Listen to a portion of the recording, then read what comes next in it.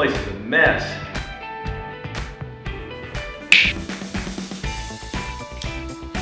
That's better.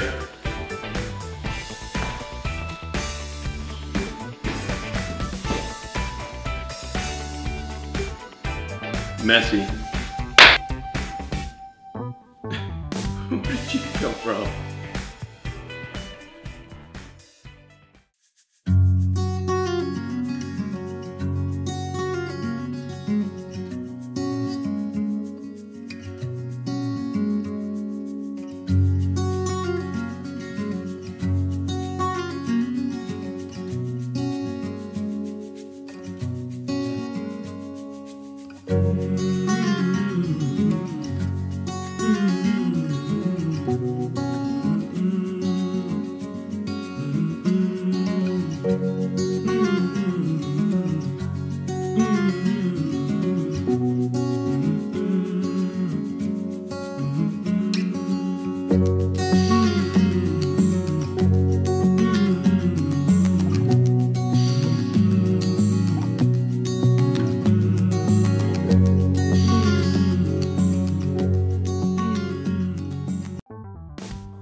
We're here doing videography today of the home, and we'll be doing some photography a little later on. But man, it's been a challenge because we've had to clean the house up earlier today with the kids in the house and homeschooling and so forth. Man, there's a lot going on. But finally got it cleaned up, and I've been walking around doing some really cool video shots. I'm using the Optimus gimbal. So you can see this thing stays super level when you're walking around with it. Follows you around. So that's how I get those really smooth shots that you're seeing on a lot of my videos. And a lot of times I'm just used to actually hand holding a camera, so I could be pretty smooth without this. But when you're walking, it's indispensable, because this thing, I mean, you can actually run with it and it looks really smooth. But you can see I'm moving it around and it's staying, the lens actually stays really nice and level. And then I could pan it like that, down, up. But yeah, got some really cool shots of the house. But man, it's been a challenge because we can't find anything online that we like. And the reason why we started this process is we wanted to create a video for people or realtors to be able to see that, you know, this is the proper way to do a home. And a lot of times they think that they don't have it in their budget to be able to get proper video. Well, it doesn't really cost that much. I mean, if you're making a little money on the house and you spend another $300 or $500 just for a little video, I think it's worth it, especially if it sells the house quick and you get the money that you want out of your home. But that's key. Usually you see these really cool videos though on homes that are $1 million homes, you know, where they have a little bit of a budget to be able to do a drone video or do a home video and stuff. And a lot of realtors have actually gotten into doing their own drone shots and so forth. And yeah, that's cool. I mean, you can see curbside appeal of the home, and you can see what the neighborhood looks like around the house. And that's key right there. I mean, for me, it's like I like to see who my neighbors are or where my house backs up or what's just beyond it. So there you go. That's my 2 cents right there. And we're still shooting, so here we go.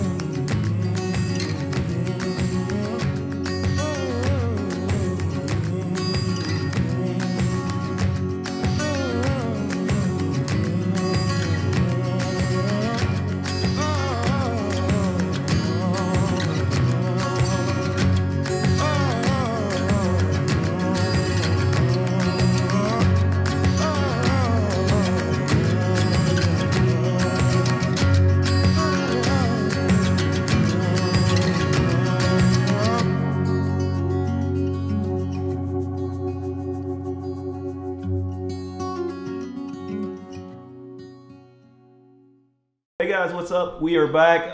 We're going to do a top 5 list of things that I think is the most important things that we need to look for when shooting realtor videos or shooting videos of homes. Or number 1 is steady footage. You got to have smooth and steady footage because nobody wants to see the camera just kind of bobbing up and down when you're walking. So, and everybody's seen that, you know, and you could tell. So when you're using a stabilizer or any kind of camera stabilization equipment, just practice using it and practice doing the duck walk. And everybody's seen the duck walk where you're just kind of going heel toe and rolling your feet along the floor so that your camera doesn't have this kind of like bouncing across the frame look. So, and that's key. Number 2, shoot wide enough angles. Have you ever been in I know you've seen realtor videos where the angles are just really narrow. They just don't look really good and you can't really have a sense of the space that you're looking into. So number 2 is get a lens that's wide enough. In my video I shot I think a 12mm. Now there are lenses that don't distort, and 12mm borderline distortion, and where you get that distortion is when you take the frame and you lean it back and it starts to keystone a little bit, and keystoning is like this. You get that effect of a tall building, wider at the base, narrower at the top. So, but what you do is if you keep your camera, you know, lens level, then that effect is less. So it's going to be like this. So you don't have that, is it parallax? Railroad effect, the railroading effect. So keystoning effect. And a lot of that, some of that can be corrected in post, but it's best that it's not. So just try to keep your lens as level as possible and you won't get so much of that keystoning effect. And some of the lenses, if you go way too wide, it's just gonna look like there's like cupping or like a bubble, like that GoPro footage, and you don't want that. That's not good for realtor videos. And if you don't have a choice, then I guess that's okay. No, it's not okay. Just don't do it. We're talking about getting better, and but that's one thing to look at. Not everybody has a super short lens, and 16mm would, you know, be a really good ideal focal length for that. But now that I think about it, I think my lens is a 14mm. It's a Rokinon, and it's a good lens. It's okay lens. It's not the best lens, but 16mm would probably be an ideal focal length, and it really shows you how grand a room can look when you use those wider angles.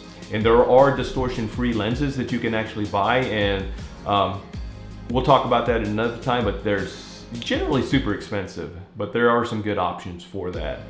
All right, number 3 is angles and movement. One of the things that make shooting these realtor videos look interesting is the angles that I choose to use when I'm filming. And if you notice in a lot of the kitchen clips that I have, I'm moving just kind of slowly along an edge of the granite countertops, or I'm kind of pulling away. And what that does is those edges, if you stay kind of close to some of those, whether it's a hallway and you're working down a hallway and you kind of, you know, maybe not so centered, or you're moving towards a focal point, it just kind of leads your eyes a little better and it gives you a little more interest, you know, in the video. All right, number 4. Guys, if you are filming in the dark and the room looks dark and it doesn't look good, it's just not going to look good on video, guys. So you're going to have to, you know, consider bringing some lights in, and even possibly if you have a camera that has the dynamic range to be able to capture low light situations like your A7S.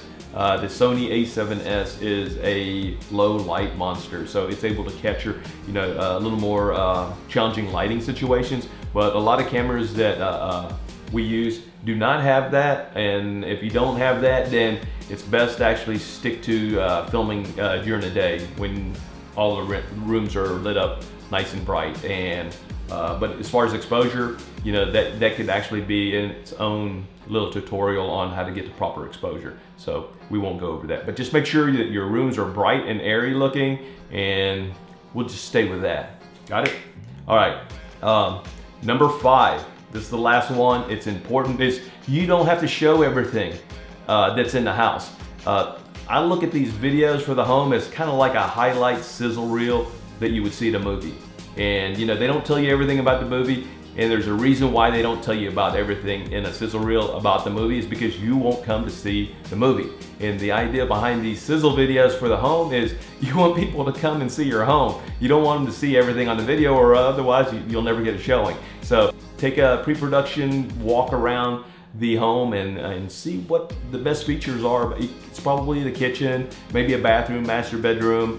It could be the exterior of the home, some of the architecture, stuff like that. But it really is a sizzle video. It's a sizzle reel for the home. So there you go, guys. That's my top 5 tips for filming realtor videos. And if you have any questions, please comment below. And if you haven't yet, please subscribe and give us a thumbs up. Thanks for watching. You ever wonder where all the stuff goes that's in your house when you're trying to sell? Come check this out.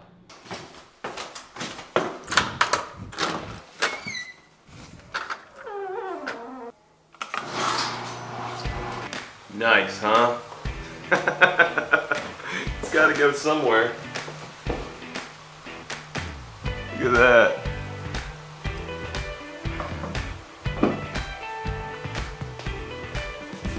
Stuff everywhere. We just gotta throw it out here. Somewhere in here is a Mercedes. Here we go.